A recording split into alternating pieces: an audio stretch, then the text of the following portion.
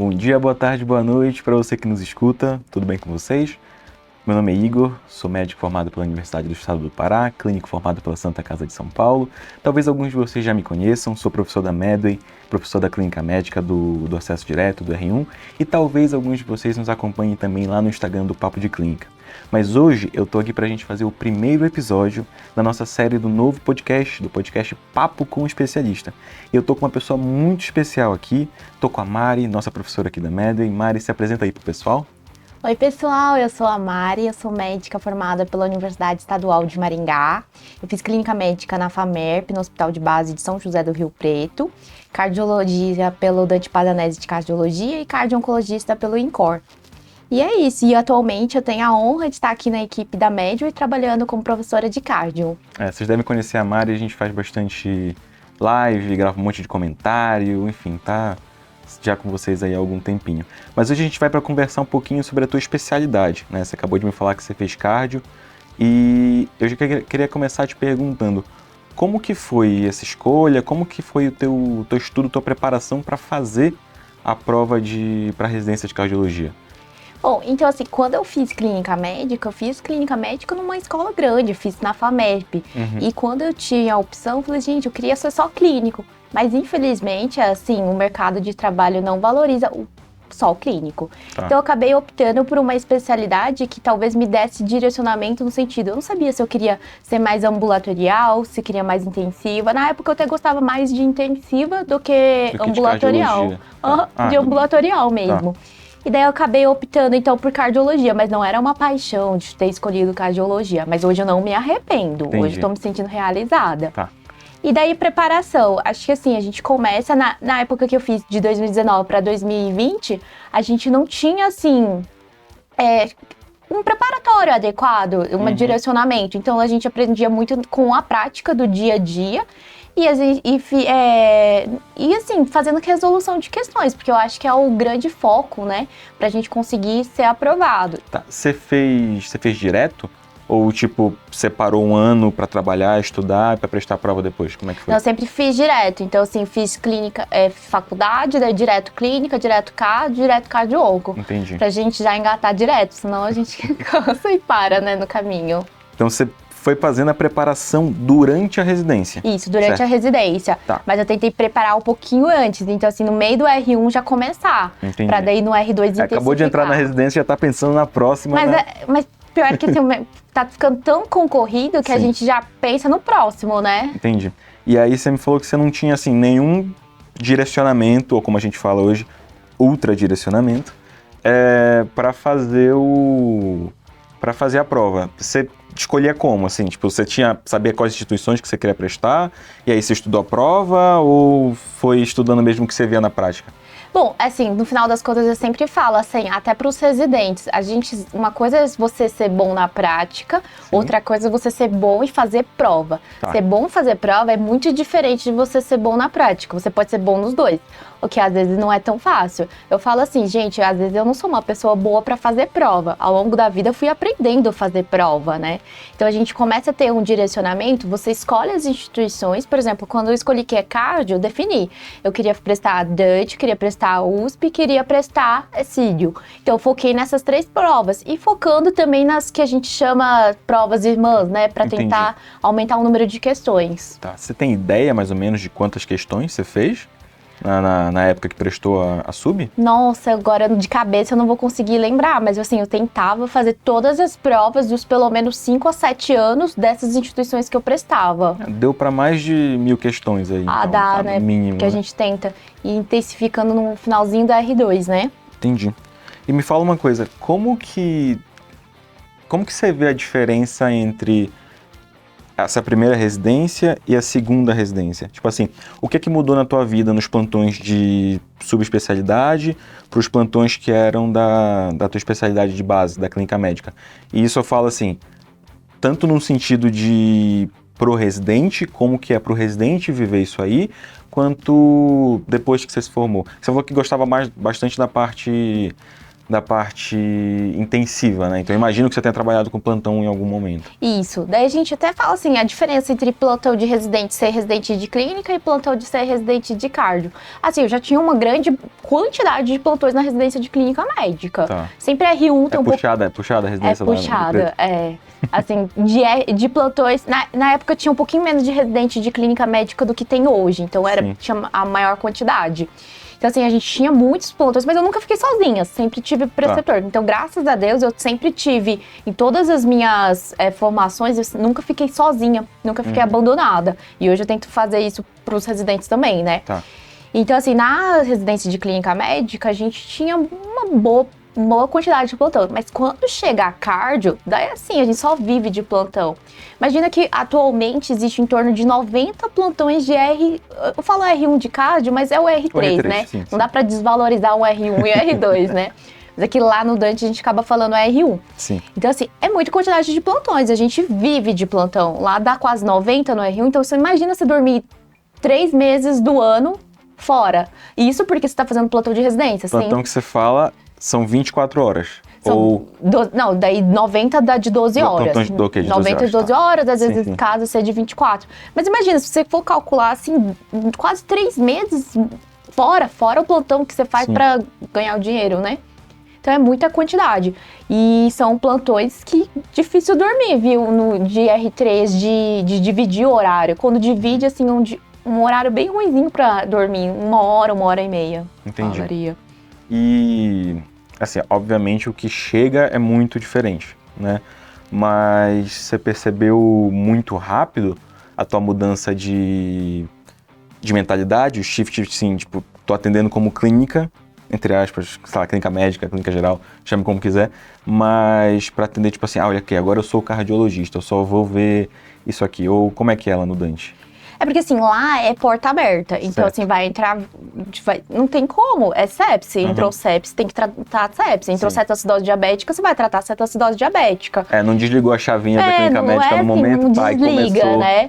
Mas e também porque, assim, no final das contas, geralmente, por exemplo, descompensou por IC, descompensa por algo clínico, às vezes, né? Por uma infecção. Então, no final das contas, assim, você precisa ter essa bagagem, com certeza, mas começa a ter uma outra mentalidade, Entendi. eu acho. Você me falou também que você fez cardio-onco depois de ter feito cardiologia, Isso, certo? E na cardio-onco, como é que foi?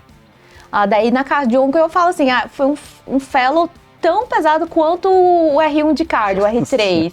Só não tem plantão. Então, assim, mas eu acho que é um fellow, assim, cansativo.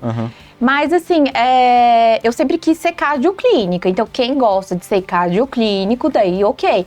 Mas não vai pensando, porque, assim, vai ser uma residência de cardio, mas focado com paciente oncológico. Então, a gente não vai ver só cardiotoxicidade, a gente vai ver cardiologia geral. Entendi. Imagino que seja também uma residência que tem até um peso emocional, talvez seja um pouquinho mais carregada, você acha que não? Porque, assim, eu lembro que eu não sei se a gente chegou a se conhecer no ICESP, lá no Instituto do Câncer, que você acha que foi onde você fez cardio-onco, né? Mas a gente já chegou a cuidar dos mesmos pacientes porque eu lembro do nome por nome de prontuário. Mas você acha que tem um peso diferente da cardiologia? Ou... Não, eu acho que tem sim. Hoje, por exemplo, assim, atendi hoje paciente ambulatorial lá do ICESP. Ele falou assim, nossa, doutora, obrigada pela consulta. Você atende tão feliz. Mas é verdade, porque se você não atende feliz, você não... Tipo assim, a vida dele já é pesada. Se você está tratando 2 doenças, oncológica e cardiológica, que são as principais causas de mortalidade, se você não deixa o clima leve, eu sempre falo assim, vou tentar deixar o clima onde eu tô mais leve. Entendi. Porque senão, até pro paciente, porque ele traz uma bagagem, assim, um histórico pesado para ele, né? Como que é... Hoje, como que é a tua rotina? Tipo assim, você tem 3 especialidades. Você é clínica, se você quiser trabalhar como clínica, você trabalha como clínica. Você é cardiologista, que tem uma gama enorme de possibilidades para trabalhar. Você pode trabalhar de plantão, ambulatório, enfermaria e cardio-oncologia, que aí eu acho que é um contexto mais ambulatorial, eu imagino. Não sei se tem muita interconsulta para paciente internado. Tem muita interconsulta, mas é nesse cenário. Às vezes não é de cardiotoxicidade, é de cardiologia geral e um paciente oncológico, né? Então, assim, minha rotina no meu dia a dia, assim... essa semana eu tirei o plantão da minha vida. Então, assim, eu vou dormir em casa e eu vou ter final de semana. Entendeu? Decidi isso, porque assim, ao longo vai cansando. E assim, eu sempre fui de, tipo assim, mesmo sendo assistente, mesmo sendo chefe de plantão, e de estar junto, porque assim, não é de minha personalidade. E o médico é muito workaholic também, né? Muito. A gente sempre olha, poxa, tem um horário livre aqui, posso dar um plantão a mais, ganhar um dinheiro a mais. Mas daí, então... tipo assim, tinha esse período livre, falei assim, daí me convidaram para esse podcast que eu, fiquei muito feliz de estar vir aqui falar um pouquinho da especialidade, tentar convencer as pessoas a fazer cardiologia, né? Porque a gente vai ter de todas as especialidades, pelo que eu entendi. Vai. Então assim, vamos tentar convencer um pouquinho da cardiologia. Fiquem ligados aí que vai ter ainda muitos outros por vir, mas vamos focar na cardiologia. Então, assim, daí a gente falou assim, esse período livre, daí a gente já coloca sempre uma coisinha a mais, né? Mas hoje eu falo assim, eu preciso de um meio day off. Às vezes eu consigo ter uma quarta de manhã, mas atualmente tá ficando bem raro.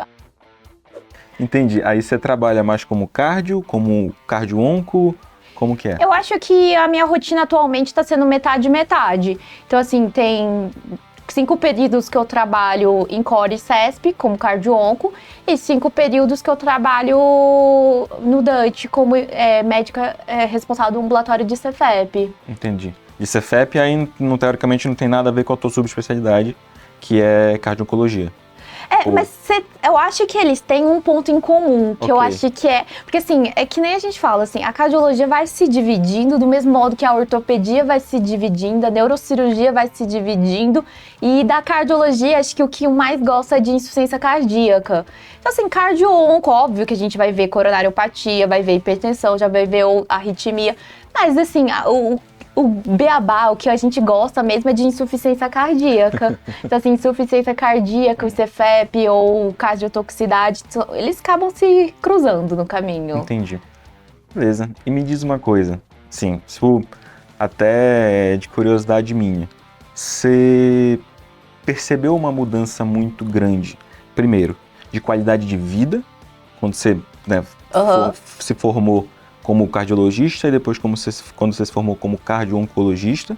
Imagino que hoje você trabalhe nos serviços que você trabalha, até por ter me dito que você tem assim, poxa, eu tô tirando plantão para mim, então eu tenho meu day off, eu tenho aqui, então imagino que você esteja em lugares que você está lá porque quer estar nesses lugares. Então, esse tipo de qualidade de vida, ele veio depois da residência de clínica, depois da residência de cardio, só depois da residência de cardio-oncologia. E segundo, questão de remuneração. Você acha que é muito diferente do clínico para o cardio e do cardio para o cardio-onco? Eu escolhi trabalhar com o SUS, que é o que eu atualmente gosto. Eu gosto muito de trabalhar com o SUS. E felizmente eu trabalho com o SUS que tem como fornecer recursos. Então se eu precisar de uma ressonância cardíaca, eu tenho todos os serviços que eu trabalho. Se eu precisar de um PET em um outro serviço, eu consigo, você entendeu? Então felizmente é um SUS privilegiado, eu falo. Então assim, eu tenho essa felicidade de trabalhar com o que eu gosto, que é SUS. Só que qual que é o grande problema? A remuneração do SUS não é aquela coisa, né? Tá. Assim, não é trabalhar muito para ser bem remunerado. Uhum. Mas hoje eu acho que eu encontro numa palavra que talvez eu falaria assim, de estabilidade financeira. Certo. Mas não é aquela... não atingir a independência, porque independência é você não precisa trabalhar, você já tem o dinheiro. É isso, né? Sim. Mas assim, estabilidade eu acho que sim. Entendi. E você... Tem muitos colegas, então, que escolheram um caminho diferente de não optar por, sei lá, seguir num serviço público, ou melhor, como tu falaste, servir em vários serviços públicos, e você vê como a especialidade em si, para o futuro. Não, o que eu acho assim, eu acho que em algum momento a gente trabalhando com eu tô trabalhando com 2 grandes instituições que são SUS. Acho que em algum momento eu vou ter que ter alguma escolha. Eu não me sinto num momento confortável de escolher uma das instituições, pelos vínculos que eu tô tendo inicialmente. É óbvio que talvez num futuro eu pense em atender particular. Eu acho que é o que a maioria, no final das contas, acaba direcionando. Sim. Mas hoje eu me sinto realizada no SUS. É Entendi. Isso que eu falo. Entendi. Como é que você vê... Não sei se... Imagino que na residência tenha tido contato também com as outras áreas da cardiologia. Como é que você vê a especialidade nessas outras áreas? Tem alguma coisa que você acha que esteja crescendo muito? Que você acha assim que, poxa, às vezes está crescendo tanto que vai até criar uma sub dessa sub? Como Eu que acho assim, da cardiologia, é porque é engraçado, né? Porque quando a gente vai fazendo cardiologia, daí você fala, e o que você vai fazer? Mas, poxa, você já fez 2 anos de clínica médica. Exato. Você já fez 6 anos de faculdade. Isso. Você já tá quase terminando o 10º ano. E tá tudo bem se você querer só ser cardioclínico, que era o que eu queria, na verdade. Mas, assim, às vezes as pessoas... A sociedade vai te cobrando tanto que você vai tendo que ir escolhendo mais uma opção. Mas eu sempre falo, gente, tá tudo bem se você quiser ser só cardio. Não é ser só cardio. Você demorou 10 anos pra ser cardio. Assim. Pra você ser cardio. Mas assim, hoje tem algumas especialidades que obviamente estão crescendo. Os métodos de imagem, com certeza, eu acho que são métodos que estão crescendo. Tomo ressonância e a hemodinâmica. Então, os procedimentos minimamente invasivos, com certeza estão crescendo na cardiologia. Entendi. Mas eu acho que não é, assim, cirurgia de revascularização, cirurgia de troca valvar, não vai deixar de existir, você entendeu? Mas são procedimentos, porque como a população está envelhecendo, o alto risco cirúrgico chega. E nessa população, geralmente a gente vai escolher por procedimentos minimamente invasivos, né? E agora, assim, até mudando completamente a vibe da conversa, me lembrei de uma outra coisa, assim, que eu acho bem bacana de sempre perguntar pro meus amigos que são especialistas e que têm contato com casos mais esdrúxulos da especialidade do que eu. Tem algum caso, assim, da residência, seja da residência de cardio-onco, da residência de cardiologia, ou até, sei lá, dos ambulatórios que você atende, assim, que, poxa, seja um caso que te marcou demais e que você gosta de compartilhar? Eu acho que tem um caso muito legal, que eu atendi, acho que quando eu tava no fellow da cardio-onco, né? Primeiro mês de fellow, aprendendo o sistema, aprendendo tudo, aprendendo a rotina. Daí eu entrei no centro cirúrgico. Tá. Daí entrei no centro cirúrgico, que era uma troca de... Clínico no centro cirúrgico. Tipo isso. É o clínico no centro cirúrgico. Contamina a mesa de todo mundo, entra sempre ao pé nos lugares. Ficar no cantinho, né? Mas, do lado da lixeira. Mas assim, foi tipo isso, tá? Daí o que acontece? Eu entro no centro cirúrgico, a paciente chega e fala assim pra mim, doutora, você vai ficar do meu lado? Eu falei, não, vou ficar do seu lado, né? Eu fiquei do lado dela. Era uma troca de válvula tricúspide por cardiopatia carcinoide. Daí eu fiquei do lado dela. Daí ela falou assim, mas você fica até eu apagar, tá? Beleza. Fiquei, acompanhei a cirurgia, porque às vezes precisa fazer bolos de octreotide durante a cirurgia. Daí depois, no pós-operatório... Mas aí você tem que acompanhar por causa do octreotide? Esse daqui Você é cardioclínica.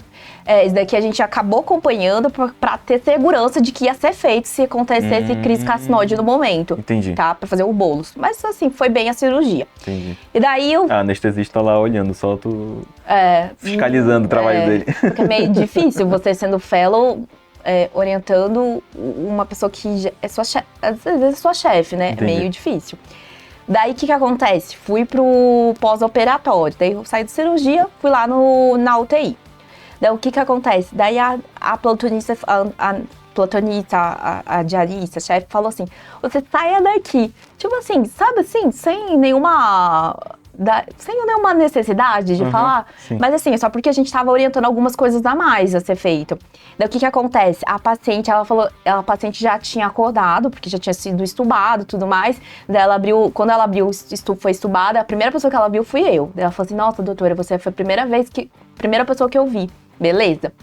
Daí quando me mandaram fora, saia desse... Vínculo aí tava já... Saia dessa UTI. Daí a paciente falou, ela não vai sair. Daí eu falei, não vou sair. Assim, no final das contas é sempre assim, lutar pelos pacientes, né? E essa paciente, assim, hoje a gente tem um vínculo bom, né, no final das contas. Acho que sempre eu falo, vínculo com o paciente em primeiro lugar, e daí depois vínculo com seus amigos, residentes, entendeu? Entendi. Acho que isso é uma coisa bem presente da especialidade, né? Conforme você vai fazendo o seu sub, os pacientes, eles viram seus pacientes. Isso. Você abraça esses pacientes e você cria uma relação de confiança, uma relação médico-paciente bem firme. Acho que E essa eu não história... sei Achei bacana, inclusive, a tua história, porque não é uma história, assim, necessariamente de um caso clínico interessante que não é marca. interessante. Mas é interessante, não pela parte médica em si, mas pelas soft skills, pela... E daí eu tava lá, assim, super atarefada, assim, daí depois, assim, já na enfermaria, super atarefada, falei, gente do céu, eu tô muito cansada. Daí a paciente falou assim, não desiste, doutora. Falei, você não desistiu de mim? Eu falei, pô, que legal, né? É incrível, né, essas coisas, a gente fica feliz pelos pacientes, assim, e por isso que eu falo, assim, a cardiologia, às vezes, eu vejo que o paciente toma o cardiologista como seu médico. Sabe coisa de antigamente? Sim, que precisava ter um médico pra te falar que é seu? Sim. Então, eu acho que por isso que eu falo, acho que cardiologia, se tem dúvida da clínica médica, faça cardio. Faça cardiologia. Você vai pra enfermaria, você vai pra ambulatório, você pode fazer intensiva. Depois, se você não quiser mais, você pode fazer, tipo assim, lidar diariamente com o paciente. Você pode fazer métodos de imagem, tomorressonância. Então, assim, acho que no final das contas, a cardiologia te abre uma possibilidade, um leque. E hoje eu não me arrependo. É a clínica médica da clínica médica, né? Você tem a possibilidade de fazer qualquer coisa depois. Eu acho que sim. Bom, pelo menos você não falou que o ortopedia da pessoal... clínica médica? Então, eu tava me segurando aqui pra não falar assim, eu porque pensei. o cardio, ele é o ortopedista da clínica médica. Eu fiquei assim, eu vou ver se o Igor vai falar, se é vai ortopedista. Meter essa.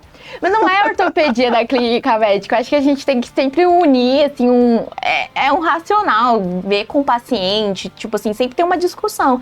É por isso que, por exemplo, assim, discussão, assim, você já viu falar Heart-Team? Heart-Team é o time do coração, no final das contas. Você já viu os outros teams? Eu quase não ouço falar. Não tem, eu só conheço o Heart-Team mesmo. Às vezes tem a reunião da UNCO, às vezes tem um nome diferente. Eles falam journal aí, mas um journal club. É, um journal club, mas não é um Heart-Team, assim, não é um time. Um onco club, né? É o time do coração. Muito bom, a resenha semanal, que vai todo mundo lá trocar uma ideia e fazer uma fofoca. E sempre tem uma resenha também na cardio. Beleza, Mari, pra gente terminar então, você quer deixar alguma mensagem pros nossos ouvintes, eu acho que como a gente tem bastante o público, né, que é R1, R2 de clínica médica, então assim, eu falo assim, se você tem dúvida e você fala, não sei se eu faço cardio, faça, porque assim, a cardio vai te abrir várias oportunidades. Daí você fala, outra coisa também, daí você fala, mas Mari, forma cardio em toda a esquina, porque concorda que... Se eu pegar aqui, essa planta aqui, se eu levantar ela, vai aparecer um cardiologista aqui atrás de mim. Entendeu? Mas no final das... Porque assim, a gente tem 60 residentes no Dutch, 50 no ICOS, mas depois tem Sírio, tem outras grandes instituições. Então assim, forma, mas sempre tem um diferencial, sabe? Se você for um bom residente, eu acho que é sempre isso, alinhar uma boa prática com uma boa teoria. Você consegue se destacar no mercado de trabalho. Bem, pessoal, encerrando o nosso primeiro episódio, muito obrigado para quem está aqui, muito obrigado para os nossos ouvintes. Fiquem ligados porque vai ter mais coisa muito bacana. A gente vai trazer outros professores aí do nosso time de professores do R3, com certeza professores aí que vocês já conhecem, que vocês gostam bastante, então fiquem ligados aí nos próximos episódios. Muito, muito, muito obrigado, Mari, pela presença, o papo foi ótimo. Obrigada pelo convite, sempre uma honra estar aqui na Médio aí. Bom, até a próxima, galera.